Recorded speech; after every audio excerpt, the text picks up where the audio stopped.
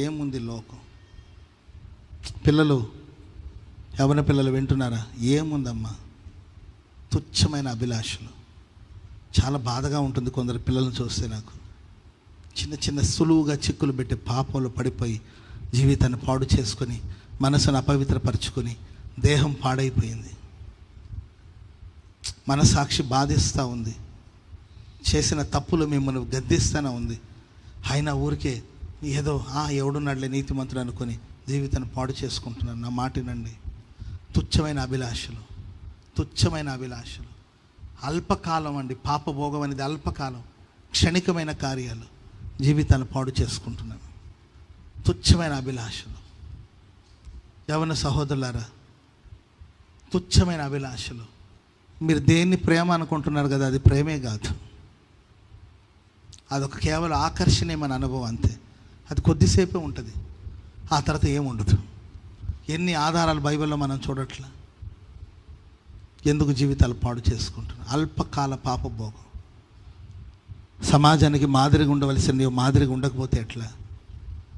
దేవుని బిడ్డలు పవిత్రంగా ఉండవలసిన వాళ్ళు పవిత్రతను కోల్పోతే ఎట్లా? లోకం మలినమైపోతుంది, చెడిపోతుంది. చెప్పేవాళ్ళు ఎవరో ఒకరు ఉండాలి కదా, చెప్పేవాడు సరిగా ఉండాలి కదా. మాయా మాటలు చెప్పేవాళ్ళు వస్తారు, వంచేవాళ్ళు వస్తారు, ఊరిస్తారు, బుజ్జగిస్తారు. నీలో లేనిది కూడా ఏదో నీలో ఉన్నట్లు మాట్లాడతారు. నిన్ను ఆకాశానికి ఎత్తేస్తారు, ఆకాశానికి ఎత్తేస్తారు. ఆ మతి మరుపులో ఆ మైకులు నీవు ఉన్నామనుకో జరగాల్సిన నష్టాలన్నీ జరిగిపోతాయి. అందం మోసకరం, సౌందర్యం వ్యర్థం. అందం శాశ్వతం కాదు, సౌందర్యం శాశ్వతం కాదు. అదొక మైకం. ఒకప్పుడు అందాల రాసులు అని, అందాల రాశి అని పిలువబడిన వాళ్ళందరి జీవితం చూడండి ఈరోజు ఎలా మారిపోయాయి. ఆలోచించుకోండి. మోషే ముందు పాపభోగం ఒకవైపున, అల్పకాలపు పాపభోగం, ధనం, ఐగుప్తు ధనం, ఫరో కుమార్తె కుమారుడు ఒకవైపున, ఇంకొకవైపు దేవుని ప్రజలు, క్రీస్తు నిమిత్తమైన నింద, దేవుని ప్రజలతో శ్రమ. ఈ రెండు ఉన్నాయి. తను సెలెక్ట్ చేసుకోండి తన లైఫ్ని. ఎవరికి ఏది బలవంతం కాదండి. జీవితానికి దేవుడు అందరికీ జీవితాన్ని ఇచ్చాడు. ఎవరికి బలవంతం కాదు. జీవ మరణాలు మీ ముందు ఉంచబడి ఉన్నది. ఆశీర్వాదం, శాపం మీ ముందు ఉంచబడి ఉంది. దేవుడు జీవాన్ని కోరుకోమంటాడు. ఆమెను చెప్పడదు గట్టిగా. చూడండి, దేవుడికి ఎక్కడ ఆయన మనకు ఛాన్స్ ఇచ్చాడు, అవకాశం ఇచ్చి కూడా చివరికి అంటాడు జీవాన్ని కోరుకోండి. హల్లెలూయా. తొందరపడిపోయి మరణాన్ని కోరుకుంటారేమో, త్వరపడి శాపాన్ని కోరుకుంటారేమో. ఉన్నాయి రెండు మీ ముందు. మీకే చాయిస్ ఇచ్చాను, అవకాశం మీకు ఇచ్చాను. మీరు చూస్ చేసుకునే దాన్ని బట్టి మీ లైఫ్ డిపెండ్ అయ్యిందనమాట. మీరు చూస్ చేసుకునే దాన్ని బట్టి మీ జీవితం ఆధారపడి ఉంది. జీవితాలు మీ చేతిలోనే ఉందండి, ఎవరో చేతిలో లేదు. యవనస్తులారా వింటున్నారా? తల్లులారా వింటున్నారా? మీ లైఫ్ మీ చేతిలోనే ఉంది.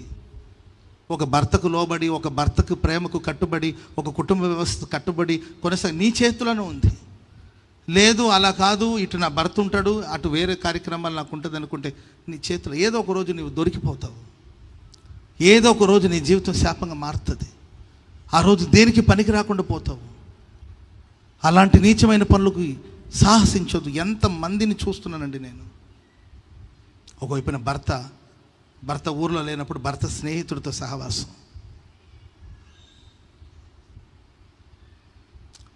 చాలా వేదనగా ఉంటుంది నాకు ఇట్లాంటివన్నీ చూసి. నాకు తెలిసిన వాళ్ళే. భర్త ఊరు వెళ్ళాడండి, స్నేహితుడితో ఎవరితో పరిచయం. ఆ స్నేహితుడు కొంతకాలం మంచిగా ఉన్నట్టుండి ఆ తర్వాత అమ్మాయిని బెదిరించడం. పిల్లలు ఉన్నారు, కుటుంబం ఉంది. నీ పిల్లలు నీ గురించి ఏమనుకుంటారు? నీ పిల్లలకు నువ్వేం బుద్ధి చెప్తావు? రేపు నీ కూతురు ఆ ఏజ్కి వచ్చినప్పుడు ఆమెకు నువ్వేం చెప్తావు? ఒకవేళ ఆమె తిరిగి నీవేంటమ్మా నాకు చెప్పేది, నీ బతుకు నాకు తెలీదా అని ఆమె నిన్ను ప్రశ్నిస్తే నీ దగ్గర సమాధానం ఎక్కడుంది? ఆవేశానికి లోనవద్దు, ఆవేశపడొద్దు, ఆగ్రహపడొద్దు. పొరపాటు నీ పాదాలు జారకూడదు. ఎంపిక చేసుకో. లైఫ్ ఆకర్షణ వైపు వెళ్ళావనుకో లైఫ్ అంతా ఇక ఏమి ఉండదండి. జీవితకాలం అంతా ఆ మనసాక్షి నొప్పిస్తూనే ఉంటుంది. దాంతోనే బతకాలి. సహోదరులారా, మంచి చెడు రెండు మీ ముందు ఉంచబడి ఉంది. నీ లైఫ్కి ఏది క్షేమం, ఏది నిన్ను దేవుడి దగ్గర తీసుకెళ్తుంది, ఏది నిన్ను దేవుని రాజ్యానికి తీసుకెళ్తుంది, ఏది నిన్ను సమాజంలో ఘనమైన పాత్రగా నిలుపుతుందో ఆలోచించుకోండి. తుచ్చమైన అభిలాష అండి. కొంతమంది చాలా బాధగా ఉంటుంది. అది ఎంత మంచి భార్య, ఉత్తమురాలైన భార్య కదా, ఏం వచ్చిందా నీకు పోయే కాలం, నీకేం వచ్చిందిరా పోయే కాలం అనిపిస్తుందండి. ఏమొచ్చింది పోయే కాలం? ఉత్తమురాలైన భార్య, ఇంత మంచి భార్యను పెట్టుకుని ఇంత నీచమైన పనులకు ఎందుకు పాల్పడుతున్నావు నువ్వు అని అంటే ఏదో ఒక మైకం, అది అంతే, ఏదో ఒక మైకం. ఆలోచించుకోండి, ఎదగండి, అభివృద్ధి పొందండి, పెద్దవాళ్ళగా మారండి. ప్రార్థన చేసుకుందాం. దయచేసి అందరూ లేచి నిలబడండి. ఒక చిన్న ప్రార్థన చేసుకోబోతున్నాం. పరిశుద్ధాత్ముడు ఎవరినో ఉద్దేశించి ఈరోజు మాట్లాడుతున్నాడు. ఎవరు ఏంటో నాకు తెలీదు. ప్రభు మాట్లాడుతున్నాడు. దేవుని మాటలను పెడచెవిని పెట్టొద్దు. మోషే దేవుని మాటలను పెడచెవిని పెట్టలేదు. చచ్చిపోమన్న చావడానికి సిద్ధపడ్డాడు. దేవుని మాటను బట్టి మోషే మృతి పొందాడు. దేవుని మాటతో ఆరంభించబడిన తన జీవితం, దేవుని మాటతో చిగురించిన తన జీవితం, దేవుని మాటను బట్టి మృతి పొందాడు. దేవుని మాటనే మృతి పొందాడు. ప్రార్థన చేసుకోండి ప్రియమైన వాళ్ళారా. దేవుని మాటకు నువ్వు ఎంత విలువిస్తున్నావు?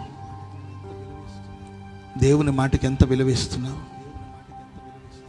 ప్రభు ఎన్ని పర్యాయాలు నీతో మాట్లాడాడు, ఎన్ని పర్యాయాలు ప్రభు మాట్లాడాడు. ఇంకా మారరా? అల్పకాల పాపభోగమా? దేవుని ప్రజలతో శ్రమలా?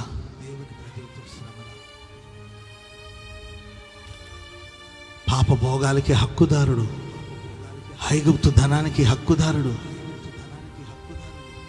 వద్దనుకున్నాడండి. వద్దండి, వద్దు బాబు, నాకు ఇది వద్దు, నాకొద్దు ఇది.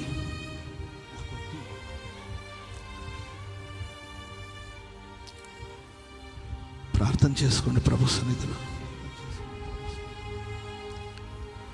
దేవుని వెతకండి.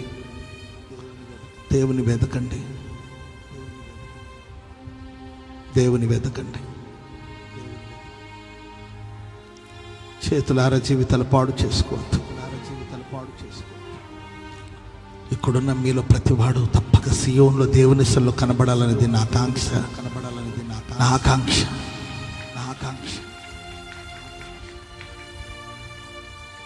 ఓ చిన్న పొరపాటు మోషే ద్రోహులారా అన్నాడు. అంతేనండి. మోషే వద్దులని వాగిపోమ్మన్నాడు దేవుడు. నాకు అనిపిస్తుంది, ఎన్నిసార్లు ప్రయాసపడి ఉంటాడు, ఎన్ని నిందలు అనుభవించాడు, ఎన్నిసార్లు రాళ్ళు రువ్వారు మోషే మీద. సహించాడు, భరించాడు.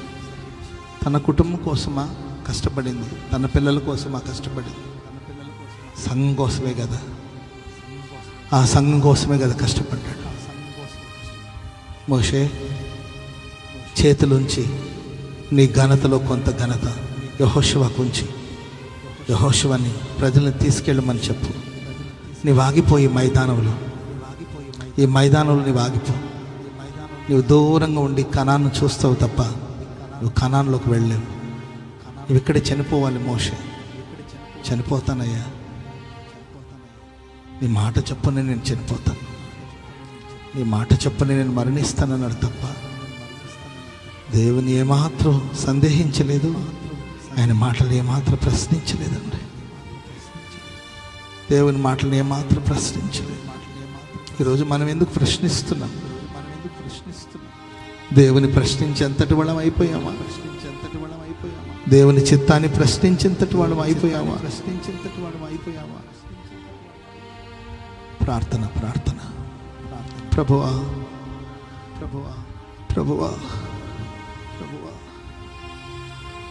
ప్రభువా, నీకే వందనాలయ్యా.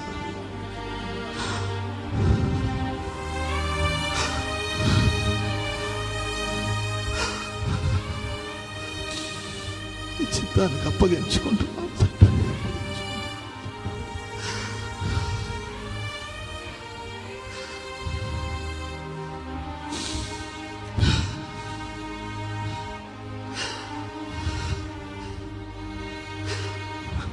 మాట చాలయ్యా.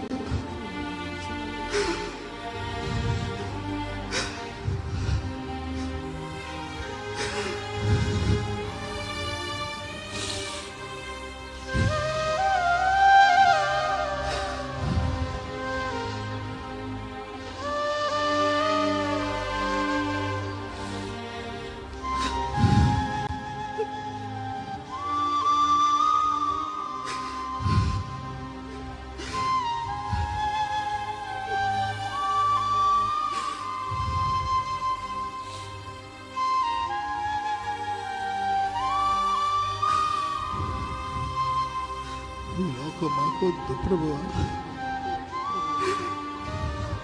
ఈ లోకం వద్దు.